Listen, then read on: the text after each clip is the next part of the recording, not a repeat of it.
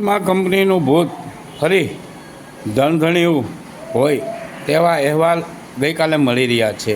કનુ કળસરિયાની આગેવાની નીચે મોટી સંખ્યામાં માણસો દ્વારા ડોળિયા ગામે એક મિટિંગનું સાંજે આયોજન કરવામાં આવ્યું હતું. આ મિટિંગની અંદર ડોળિયા, પડિયારકા, દુઘેરી, સમઢિયાળા, માઢિયા, ઊંચા નીચા કોટડા તેમજ દિયાલ સુધીના માણસો આ મિટિંગમાં ઉપસ્થિત રહ્યા હતા. કનુ કળસરિયા આંદોલનકારી છે અને આ પહેલાં પણ કનુ કળસરિયાએ આંદોલન કરી અને નિરમા કંપનીને આ જ પોઈન્ટ ઉપરથી હટાવી હતી. ફરી કનુ કળસરિયાના વચનો અને કનુ કળસરિયાના નિવેદનોથી એવું જાણવા મળી રહ્યું છે કે જે નિરમા કંપનીના માઇનિંગ માટે જે જમીન એક્વાયર કરી છે તે જમીન ફરી અમે આંદોલન કરીને અટકાવી દઈશું અને આ કોઈપણ બંધારાના હિસાબે માઇનિંગ કરવામાં આવશે નહીં તેવું કનુ કળસરિયા તેમજ લડત સમિતિના આગેવાનો પણ જણાવી રહ્યા હતા. બહોળી સંખ્યામાં પબ્લિકનો ઘસારો જોવાથી ફરી આ આંદોલન બનશે અને આ આંદોલન શરૂ થશે તેવું લાગી રહ્યું છે.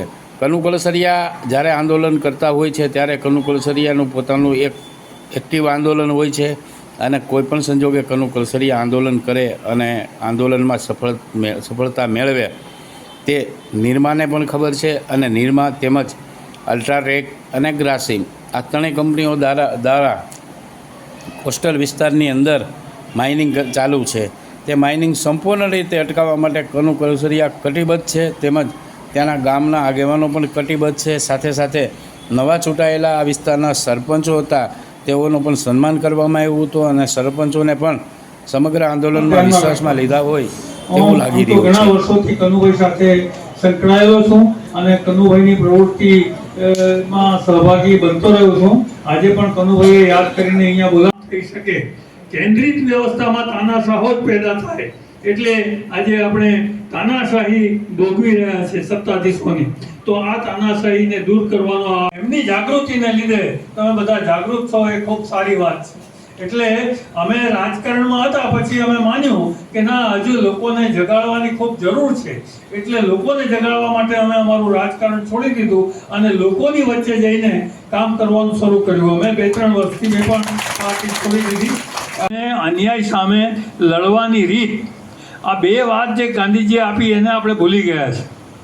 ગાંધીજીએ આપણને અન્યાય સામેની રીત બતાવેલી જ છે, એની વ્યવસ્થા પણ બતાવેલી છે. તમે કેમ આવા કાર્યક્રમોમાં જાઓ છો? મેં ગયા વર્ષે તાપી જિલ્લાના 100 ગામમાં ગ્રામ સ્વરાજ વ્યવસ્થા છે એમાં. એટલે આપણે ગ્રામ સ્વરાજ અને ગ્રામ પંચાયતના જે કામો છે એ બધું ભૂલી ગયા. અને અત્યારે બહુ મને આનંદની વાત છે કે અહીંયા ઘણા બધા એમાં કે ઉપરથી આદેશ આવે એનો અમલ કરવાનો. આપણે વાસ્તવિકતા એ છે, ખરેખર સાચી પદ્ધતિ એ છે કે આપણે નીચેથી રજૂઆત કરીએ, જિલ્લામાં રજૂઆત કરીએ અને છેલ્લે રાજ્ય કક્ષાએ આપણે એની રજૂઆત કરીએ. તો આ આખી વ્યવસ્થા છે પણ આ વ્યવસ્થા શાસનમાં બેઠેલાઓએ તોડી નાખી. લોકો જેટલા જાગૃત હશે એટલી સફળતા આપણને મળશે.